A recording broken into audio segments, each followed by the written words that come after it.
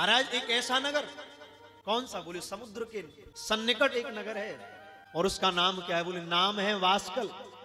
वास्कल नाम का वो गांव, वहां के रहने वाले लोग कैसे? बोले सब पापों में लगे, पाप कर्म में रत है महाराज जी, पाप करना छोड़ नहीं रहे, केवल पाप में लिप्त हैं। उन पाप कर्मों में लिप्त वो मनुष्य, और कैसे कैसे लोग हैं? ब्राह्मण वैदिक कर्म से विमुख है, क्षत्रिय अपने क्षत्रिय धर्म से विमुख है, वैश्य अपना वैश्य कर्म नहीं कर रहा, और अंतिम वर्ण सेवा का कार्य नहीं कर रहा। सबने अपने कामों को छोड़ दिया। स्त्रियों का पातिव्रत नष्ट हो गया, ज्ञान वैराग्य का दूर दूर तक कोई संबंध नहीं है। ऐसी दुर्दशा जहां रहने वाले ब्राह्मणों की स्थिति है, बताओ वहां अन्य वर्ण की स्थिति क्या होगी? एक बात ध्यान रखना, ब्राह्मण पर सबसे ज्यादा दायित्व है, ब्राह्मण के ऊपर सबसे ज्यादा जिम्मेदारी है। किस बात की? गुरुदेव भगवान कहते हैं ब्राह्मण बचेगा तो वेद बचेगा, तभी वेद धर्म की रक्षा हो सकती है। अगर ब्राह्मण का अस्तित्व नहीं, क्यों? बोले वेदों की रक्षण कौन करेगा?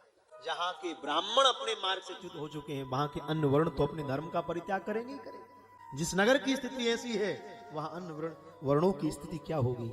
आज विचार कर रहे बंधुओं, दुष्टों के निवास स्थान को वास्कल कहा गया, जहां दुष्ट जीव रह रहे हैं, उनके इस निवास स्थान को कह रहे हैं वास्कल बंधुओं।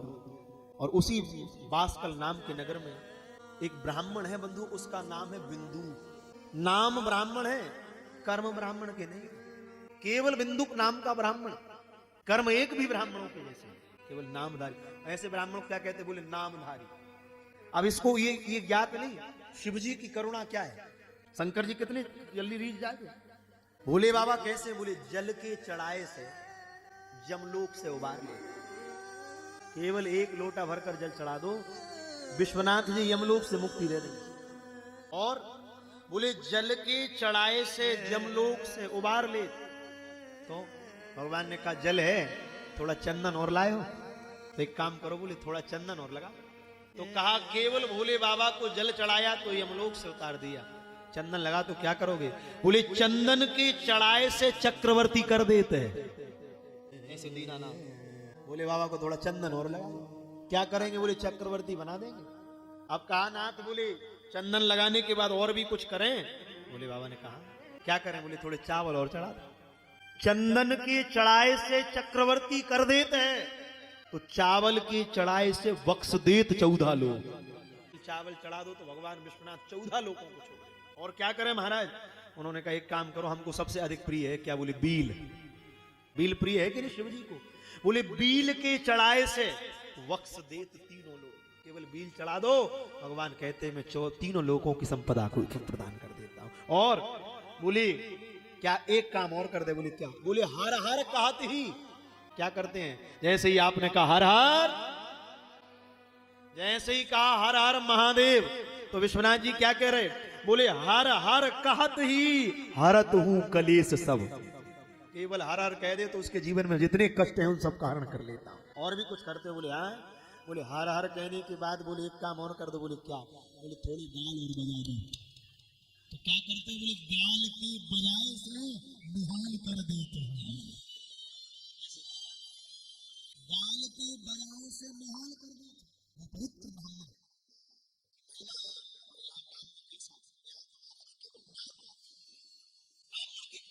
उसके जीवन में नहीं है।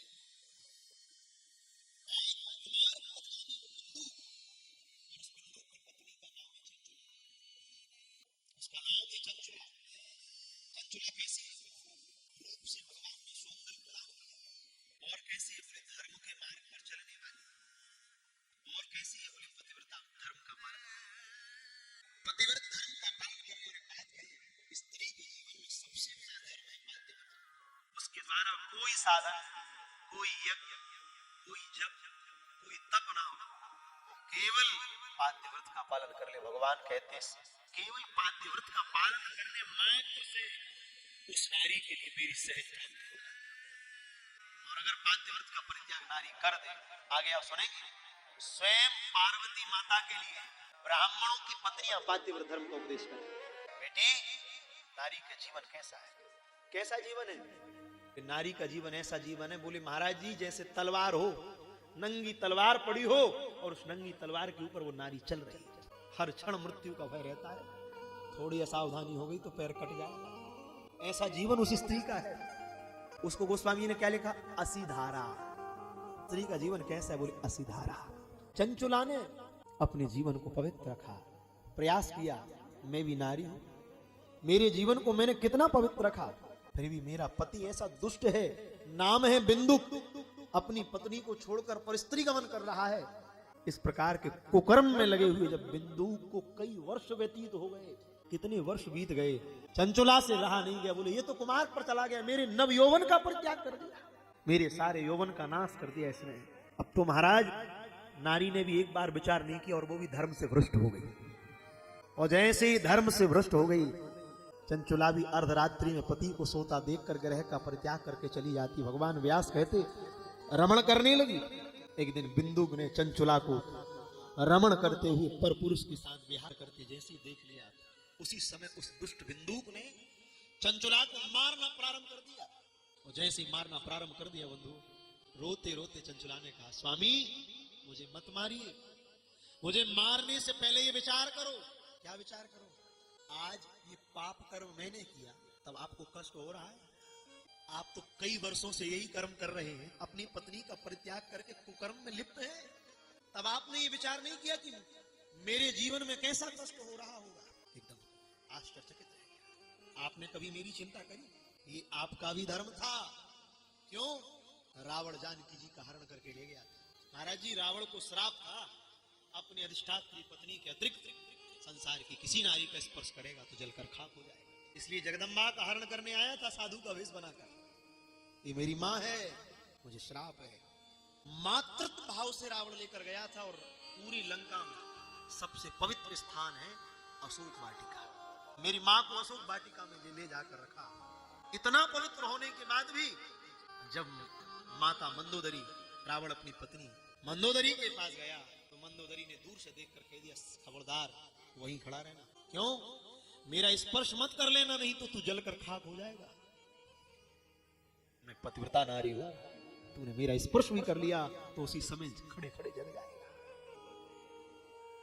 ये है नारी का पातिव्रत धर्म।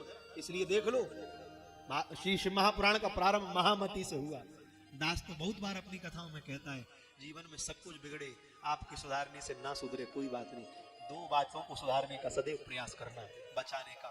वो कौन है? एक तो जीवन में कभी अपनी मति मत बिगड़ने देना, और दूसरी श्रीमती को कभी मत बिगड़ने देना। सब धन हो जाएगा। और भले ही 3 घंटा में कोई जाकर पूछे आज क्या सुना, तो कहना और कुछ नहीं सुना, बस मति और श्रीमती सुनी। बस अपनी मति पवित्र होना चाहिए और घर की श्रीमती पवित्र होना चाहिए। भैया, रावण की मति बिगड़ गई थी, पर श्रीमती मंदोदरी राम की भक्त थी, इसलिए उसका कल्याण हो गया, परम धाम को गया। बाली की मति बिगड़ गई थी, पर तारा की मति भगवान में लगी थी, पवित्र थी श्रीमती। ये महिमा है स्त्री के पातिव्रत धर्म की, इतनी महिमा है। इसलिए भैया आज बिंदुक से कह रही, स्वामी आज आपको मुझे परपुरुष के साथ विहार करते इतना कष्ट हो रहा। यही कृत्य जब आप कर रहे थे, वर्षों बीती तो हो गए, मैंने आपसे कई बार समझाया मान जाओ, पर आपने एक बार मेरी वाणी को नहीं माना। बोले क्यों? बोले नाथ, मैंने अपने दायित्व का निर्वहन किया। मेरा दायित्व क्या है? बोले पत्नी को कभी पति में दोष नहीं देखना चाहिए। ये शास्त्र का वाक्य, महाराज मनु कह रहे हैं। सेवक को स्वामी में दोष नहीं देखना चाहिए, पुत्र को माता पिता में दोष नहीं देखना चाहिए, शिष्य को गुरुदेव में दोष नहीं देखना चाहिए। और क्या बताएं, आजकल के पुत्र माता पिता से कहते हैं तुमने हमारे लिए क्या किया तुम्हें माँ बाप में दोष दिखाई दे रहे हैं। आजकल के चेला गुरुजी से कहते, बोले गुरुजी तुम कुछ नहीं जानते। बताओ, जब वो कुछ नहीं जानते तो ऐसे बुझक्कड़ को गुरु बनाया ही क्यों है, जब कुछ नहीं जानते। भैया गुरुदेव गुरुदेव हैं। गोस्वामी जी ने मानस में लिखा है, मात पिता प्रभु गुरु की वाणी, विनहि विचार करें सुजानी। कोई विचार मत करो, उन्होंने जो कह दिया तत्क्षण चल पड़ो। अपने कर्तव्य पथ से कभी भी च्युत नहीं होना। पर आज चंचुला भक्त तो थी, पर जीवन में जो कार्य उसने किया वही हम थोड़ी करेंगे।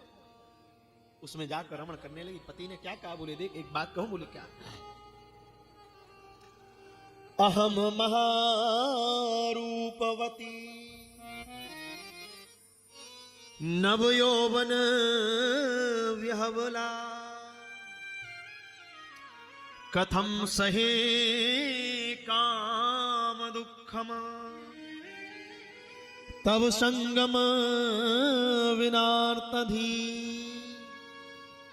क्या कहा? नाथ, मैं परम सुंदरी नव यौवन के मद में चूर, भला आपको कैसे छोड़? चंचुला की बात को सुनते बिंदु का क्रोध शांत हो गया। बिंदुक ने कहा, चंचुला एक काम कर। बोले क्या? मुझे तेरे इस कार्य को करने से कोई आपत्ति नहीं, कोई बात नहीं। मुझे जो करना है मैं कर रहा हूं, तुझे जो करना है तू कर। उसकी वाणी को सुनकर दोनों पाप में लिप्त हो गए और वो उसको धन देने लगी। और चंचुला ने बिंदु की बात मान ली, व्यभिचार में लिप्त हो गई। पुरुषों से रति करने पर जो धन मिलता है वह पति को दे देती। कालांतर में बंधुओं भगवान व्यास कहते हैं, उस वैश्या का पति बना हुआ वह दूषित बुद्धि वाला ब्राह्मण जब मृत्यु को प्राप्त हो गया, बहुत दिनों तक नरक के दुख भोगने के बाद वो बिंदुक नाम का ब्राह्मण बिंद पर्वत पर जाकर भयंकर पिशाच की योनि में चला गया। और जैसे पिशाच की योनि में गया, अब तो जैसे पति चले गए तो महाराज चंचुला रोती रोती भागती रहती। चंचुला अपने पुत्रों के साथ घर पर रह रही है। एक दिन देव योग बना, किसी पुण्य के पड़ने पर अपने भाइयों के साथ कहां गई? बोले गोकर्ण क्षेत्र में। और जैसे गोकर्ण क्षेत्र में गई, उसकी तीर्थों में श्रद्धा नहीं, साधुओं में श्रद्धा नहीं है, पर आज देव योग से मेला देखने के बहाने बंधु बांधवों के साथ देखने के लिए इधर उधर घूमने लगी। अचानक उसकी दृष्टि शिवजी के शिवालय पर पड़ी और जैसे इस शिव मंदिर पर पड़ी, ब्राह्मण शिव कथा कह रहे थे और संयोग ऐसा था, उसी समय कथावाचक ने नारी धर्म का उपदेश दे दिया। कथावाचन करते करते कहते हैं, देवी, जो स्त्रियां पर पुरुषों के साथ विचार करती हैं, तब जब वे मरने के बाद यमलोक जाती हैं तो यमदूत क्या करते हैं? बोले यमदूत उनको तपते हुए लोहे का आलिंगन कराते हैं। जो उसने सुना थर थर कांपने लगी, भयंकर कांप गई। मैंने अपने जीवन में इतना बड़ा पाप किया, क्या होगा मेरी मृत्यु के बाद? चंचुला ने जब बैराग को बढ़ाने वाली उस कथा को सुना, कांपने लगी। और जैसे कांपने लगी, सभी श्रोता कथा सुनकर अपने घर चले गए। और जैसे चले गए, रोती रोती उस ब्राह्मण के चरण में गिर गई। भगवान, मैंने बहुत बड़ा अपराध कर दिया। मैंने अपने पातिव्रत धर्म का परित्याग करके मैंने कुमार के मार्ग को अपना लिया। अब मेरे जीवन में हानि ही हानि होना है। अब शेष बचा क्या? केवल हानि ही हानि है। मैं धर्म नहीं जानती थी, इसलिए मेरे द्वारा यह दुराचार हुआ। हे भगवान, मेरा उद्धार कीजिए, मेरा कल्याण कैसे होगा? और जैसे ही कहा, महाराज श्री रामचरितमानस में अनुसुईया जी कह रहे हैं, पति वंचक पर पति रति करई, रौरव नरक कल्प सत परई। जो नारी अपने पति का त्याग करके पर पुरुष का संग कर रही है, कहां जाएगी? बोले रौरव नरक तक जाएगी। और क्षण सुख, केवल क्षण भर के सुख के लिए, क्षण सुख लागी जन्म सतकोटि, केवल क्षण भर के सुख के लिए तूने अपने धर्म का परित्याग कर दिया। अब तू जान कितना भयंकर दुष्परिणाम मिलने वाला है। चंचुला कहती है, ना थोड़े से सुख के लिए मैंने अपने हित की हानि कर ली। हाय, अब मुझे घोर नरक सहना पड़ेगा। किम करोमि को गच्छामि कंबा शरणमाश्रय।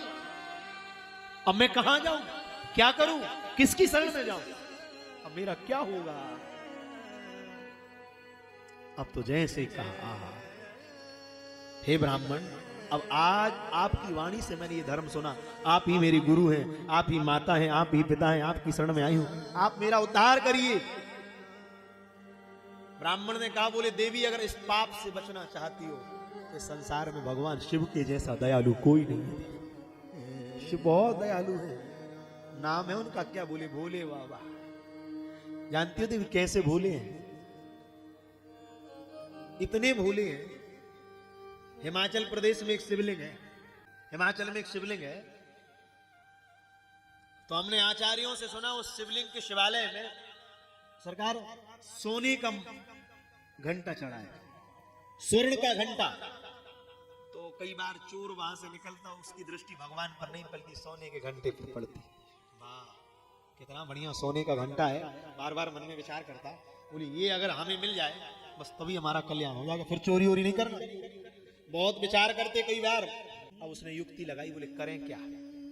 तो उसने उसी समय स्वर्ण के घंटे को चोरी करने के लिए जैसे ही अर्धरात्रि में मंदिर में प्रवेश किया, मंदिर के ताले आले तोड़े, व्यवस्था जमाई, घर भीतर गए। वो थोड़ा ऊंचाई पर था, कोई ऐसी वस्तु थी नहीं जिस पे चढ़ के उतार लें।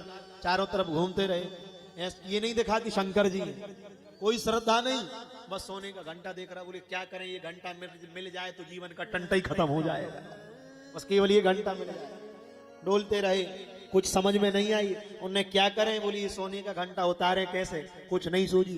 पांव के चप्पल जूते नहीं उतारे, ऐसे कैसे शिव जी के ऊपर चढ़ गए। और जैसे ही शिव जी के ऊपर चढ़े, उसी समय देवादिदेव भगवान विश्वनाथ प्रकट हो गए। जैसे ही प्रकट हो गए, प्रकट होते ही कहते हैं, भक्तराज तेरी भक्ति से हम प्रसन्न हैं, मांगो क्या मांगते हो। वो रो रहे हैं, हमने क्या कर लिया। भगवान कह रहे हैं मांगो क्या मांगते हो। उन्होंने कहा हमने ऐसा क्या कर दिया जो आप प्रकट हो गए, गलती कर दी, क्षमा करो। भगवान प्रसन्न होकर कहते, बोले सुनो। बोले क्या। कोई जल चढ़ाता है, कोई बेलपत्र चढ़ाता है, कोई चंदन चढ़ाता है, पर तू धन्य है, तू खुद ही चढ़ गया मेरे ऊपर। ऐसे भोले बाबा, ऐसे दीन बंधु कौन होंगे। इसलिए ब्राह्मण ने कहा, बोले देवी एक काम करो, भगवान शिव की शरण में जाओ, उनकी कृपा से तुम्हारा सारा पाप तत्काल नष्ट हो जाएगा। अब तो महाराज जैसे ही उस ब्राह्मण ने कहा, उसी समय पश्चाताप करते हुए अग्नि में बड़े से बड़े पाप भी भस्म हो जाते हैं। जीवन में कितना बड़ा पाप हो जाए, बस एक बार भगवान की शरण में चले जाओ, भगवान मुड़कर उन पापों की तरफ नहीं देखते। इस संसार में कोई ऐसा नहीं है जिससे पाप ना हुआ, कभी मुड़कर नहीं देखते पापों की तरफ। बस भगवान ने क्या कहा, सर्वधर्मान परित्यज मामेकम शरणम व्रज। मनुष्य सब कुछ छोड़कर भगवान की शरण में आ जाए और कह दे, हे नाथ बस अब नहीं करेंगे, भगवान उसी समय क्षमा कर देते। आज जैसे ही महाराज चंचुला ने शिव जी की कथा को सुना, चंचुला शिव की कथा को सुनकर धन्य हो गई, चित्त शुद्ध हो गया और निरंतर भगवान शिव का चिंतन करने लगी। निरंतर भगवान शिव का चिंतन करते करते आज उसे कोई कष्ट नहीं है, किसी बिना कष्ट के अपने शरीर का उसने परित्याग कर दिया। और जैसे ही त्याग किया, चंचुला ने अपने देह को त्यागा, वैसे ही भगवान शिव के द्वारा भेजा हुआ एक दिव्य विमान वहां पहुंच गया। और जैसे ही शिव के द्वारा भेजा विमान पहुंचा, भगवान शिव के गणों ने चंचुला को उस दिव्य विमान पर आरूढ़ कर लिया और तत्काल भगवान शिव के दिव्य धाम को चले। तो जैसे ही पहुंचा दिया, पहुंचते ही तीन नेत्र वाले भगवान शिव शंकर जी को उसने देखा। ब्रह्मादिक देवता भगवान शंकर की सेवा कर रहे हैं। भगवान शंकर की कांति कपूर के जैसी गोर बन की है, उन्होंने सभी अलंकार धारण कर रखे हैं, उनके शरीर पर श्वेत भस्म लगी हुई है। भगवती पार्वती, भगवान शिव ने बड़ी करुणा के साथ उस चंचुला को अपने पास बुलाया, बोले बेटी इधर आओ। और जैसे ही अपने पास बुलाया, पास में जैसी चंचुला आई, भगवती पार्वती ने चंचुला को कहा, तुम्हारी भक्ति से मैं प्रसन्न हूं, जाओ तुम्हें मैं अपनी सखी बनाऊं। प्रसन्न हो गई, मैंने कैसा कर्म किया था, पर शरण गए कभी मरण नहीं होता, सखी बना लिया। और जैसे ही सखी बनाया, अब तो चंचुला ने पार्वती जी से बड़ी सुंदर स्तुति करी, और जैसी स्तुति करी भगवती पराम्बा प्रसन्न हो गई। और जैसे प्रसन्न हुई, चंचुला ने स्तुति करके कहा, हे मां, मेरा पति है, उसका नाम है बिंदु, मुझसे पहले मृत्यु को प्राप्त है, मैं अपने पति से मिलना चाहती हूं, मेरा वो पति गया। मेरी मां ने कहा, चंचुला तेरा पति इस समय बिंद पर्वत पर पिशाच की योनि में पड़ा हुआ है। हे मेरी मां, मेरे पति को मुक्ति प्रदान करो, मेरे जीवन का सबसे बड़ा धर्म है, उसको मुक्ति प्रदान करो। चंचुला ने जैसे कहा, पार्वती जी ने कहा, जाओ तुम्हारे पति को जो प्रेत की योनि में पड़ा है, उसको अगर कोई भगवान शिव की कथा सुना दे तो वो प्रेत की योनि से मुक्त हो जाएगा। हे मां, कौन शिव चरित्र सुनाएगा। तो उसी समय चंचुला के द्वारा बार बार प्रार्थना किए जाने पर माता पार्वती को दया आ गई, और माता पार्वती ने एक तुमरू का नाम का गंधर्व है, तुमरू नाम के गंधर्व को बुलाया और उसे चंचुला के साथ लेकर कहा कि बिंदु को कथा सुनाने जाओ। बिंद पर्वत पर महाराज जाकर बिंदु प्रेत पुराण सुनने के लिए कहा। पार्वती माता ने तुमरूप को बिंदु का सारा वृतांत सुनाया, और माता पार्वती के द्वारा बिंदु का सारा वृतांत सुनकर तुमरू का उस पिशाच की सती साध्वी पत्नी चंचुला को संग लेकर जैसे ही विंध्याचल पर्वत पर आया, वहां उन्होंने उस अत्यंत भयंकर पिशाच को बलपूर्वक बांध लिया।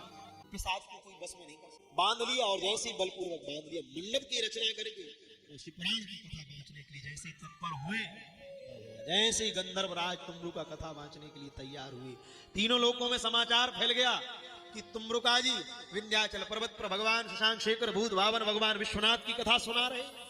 जैसे ही समाचार मिला उसी समय महाराज देवता आ गए, ऋषि मुनि आ गए, और जैसे ही सब आए एकत्रित हो गए, तत्पश्चात तुमरुका ने उस पिशाच को पास में बांधकर आसन पर बैठा लिया, हाथ में बीणा लेकर शिव कथा का गायन करने लगे। भयंकर गर्जनाएं कर रहा है वो पिशाच, और जैसी महात्म सहित प्रथम संहिता से लेकर सप्तम संहिता तक शिव महापुराण की संहिता का स्पष्ट वर्णन किया, उसी समय पिशाच ने संपूर्ण शिव पुराण को श्रवण किया। पिशाच की योनि से मुक्त होकर भगवान शिव के धाम को जाने के लिए तैयार। बोलिए काशी विश्वनाथ की जय। उसी समय बंधु पत्नी को देखकर आनंदित हो गया।